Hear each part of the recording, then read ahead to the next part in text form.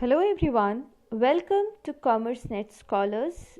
Today's video is all about the topics scope of fire insurance and physical and moral hazards.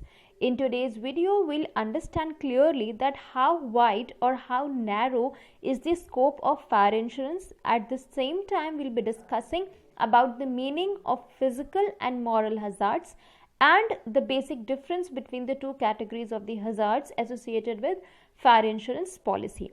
So let's start with today's video without wasting any time. But before starting, as you all know, a reminder for you all, watch the video till the end in order to get your concepts clear.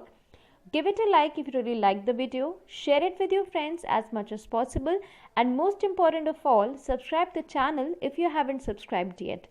Let's start with the topic, that is scope of fire insurance.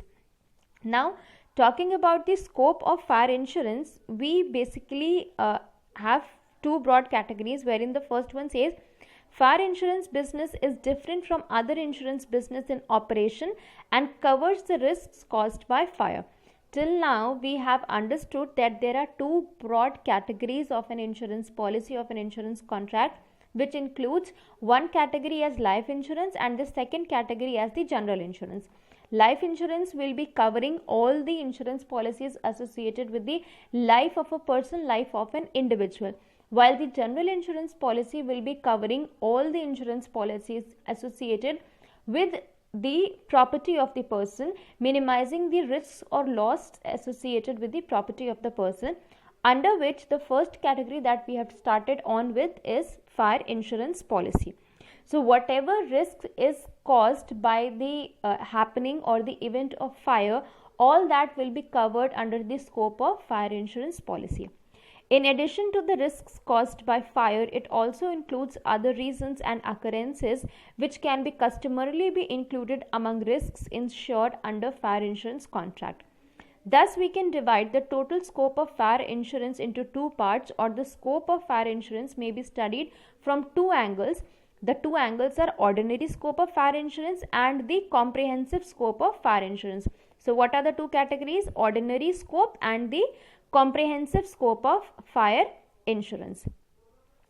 Proceeding further, let's understand first the ordinary scope of fire insurance. Ordinary fire insurance policy includes only those risks which define the narrower scope of fire insurance, the losses caused by fire only. As such, under the fire insurance contracts, the claims for loss by fire must fulfill two basic conditions. The first condition is there must be actual fire or ignition, and the second condition is the fire must be incidental, not intentional. So the two broad you can say conditions that have to be mentioned under ordinary scope of fire insurance is that whatever incident is happening, it must occur due to fire or ignition, that is burning by a flame, and the second condition says that the fire must be incidental, that means it would be caused due to some incident or some mishappening. It should not be intentional. If you are setting your own property, your own business, your organization of fire, that is an intentional act, so you won't be compensated in that regard. If it is incidental due to some negligence of any person or due to any short circuit or anything for that matter, that will be covered under the ordinary scope of fire insurance. Proceeding further, it becomes necessary to discuss as to which losses caused by fire are included in the insurance against fire and which are left out. Risks cover under fire insurance. Let's understand these first. So what are the risks that are covered under fire insurance? Fire or ignition, blasting of boiler used for household purpose, blast of gas cylinder used for household cooking, blast of gas etc. used for the purpose of lighting and heating in any building. So under the scope of risks covered under fire insurance, these are the prevalent factors under which the fire must have occurred in the organization, institution or building. Risks not covered under fire insurance. The risks for which the insurance companies do not indemnify the insured are: some goods and properties are not eligible for insurance under fire insurance policy, such as precious stones and metals, articles, maps, stamps, checks, goods and properties kept under trust, account books and records, archives and rare documents or writings, etc. So these are certain properties, goods or assets you can say, which will not be indemnified by the insurance company. Indemnified means to make good the loss. That means you will not be compensated for these items. Next, loss caused by certain uncertain events such as riots, civil disturbances, revolutions, war, aggression, internal emergencies, marital law, etc., natural calamities such as earthquakes, storms, cyclones, floods, drought, excessive heat or cold wave. So these are certain conditions for which again you won't be getting compensated. The events, these are the events, and the before that we discussed were basically the items that will not be compensated, and these are the events. Spontaneous fire in jungle or bushes, spontaneous combustion by chemicals, theft during fire or outbreak or after the outbreak of fire. So these are the situations, instances and the items that will not be covered under the scope of fire insurance. So this is the condition for ordinary fire or the ordinary scope of fire insurance, which you can say is a narrower scope, wherein the insurance policy is providing you the compensation only and only when your business, property or organization is incurring an incident of fire and facing losses out of it. Next is the comprehensive scope of fire insurance. Various types of policies are available in the form of fire insurance policy, which cover various types of risks. Elite to the risks of fire. Coverage of such risks under the purview of fire insurance has widened the scope of fire insurance. So basically we understand that the comprehensive scope of fire insurance is certainly wide, because apart from ignition, combustion or any incident of fire that is incidental, we are covering other factors also. Basically we will be covering the factors that were left out in the ordinary scope of business. Now, by excluding some special policies have helped in a great way in broadening the scope of fire insurance in the following manner: by including the excluded perils and risks. So what were the excluded perils and risks in the ordinary scope of business? The loss that was caused by theft or due to some spontaneous combustion of chemicals, all that was excluded in the ordinary scope of business. At the same time, certain items were there against which you were not indemnified, that is precious stones, your account books, your record books, all those things. Second, by including consequential losses and other indirect fire risks. So comprehensive scope will also include the consequential losses. What are the consequential losses? Basically, I'll explain you with a small example. Say in case an incident of fire occurred in a bakery shop. Now, it is but obvious that the whatever items were present there will be fully destroyed. At the same time, the temperature of that particular place will not remain suitable for a number of days to sustain the bakery products, because as you all know, the bakery products require a really low temperature to be preserved. So till the time this temperature is not normalized again for the preserving of the bakery items, the production activity or the storage activity will be stopped for that particular period. So that will result in the consequential loss. Simple terms में you can understand कि fire insurance से जो loss हुआ आपको, आपकी property destroy हुई, वो तो हुई ही, लेकिन उसके बाद भी अगर आपका प्रोडक्शन प्रोसेस हैम्पर हो रहा है, उसके बाद भी आप प्रोडक्शन प्रोसेस कैरी फॉरवर्ड नहीं कर पा रहे हो क्योंकि आपके पास मशीन्स नहीं है, इक्विपमेंट्स नहीं है, या उस जगह का टेम्परेचर सही नहीं है कि आप अपना प्रोडक्शन कैरी फॉरवर्ड कर पाओ, तो वो कहलाता है आपका consequential loss. In the first category, such excluded risks which cannot be insured under general insurance schemes or policies have been included under the cover of fire insurance. So as I told you that under comprehensive scope we will be including all the left out scope of the ordinary policy. In the second category, such indirect risks or losses are covered. These are called consequential losses or risks. For example, lockout after the fire in the factory, bearing of fixed charges or expenses after the fire, rehabilitation expenses of the burned factory, and expenses of reorganizing the production, etc., which I summed up you in a short example. So this was all about the consequential loss, comprehensive scope of the fire insurance policy. Now proceeding further with the two broad categories of fire insurance, that is the physical and moral hazard associated with fire insurance As far as physical hazards is concerned, it is a risk which arises from natural qualities or physical nature of the subject matter of insurance.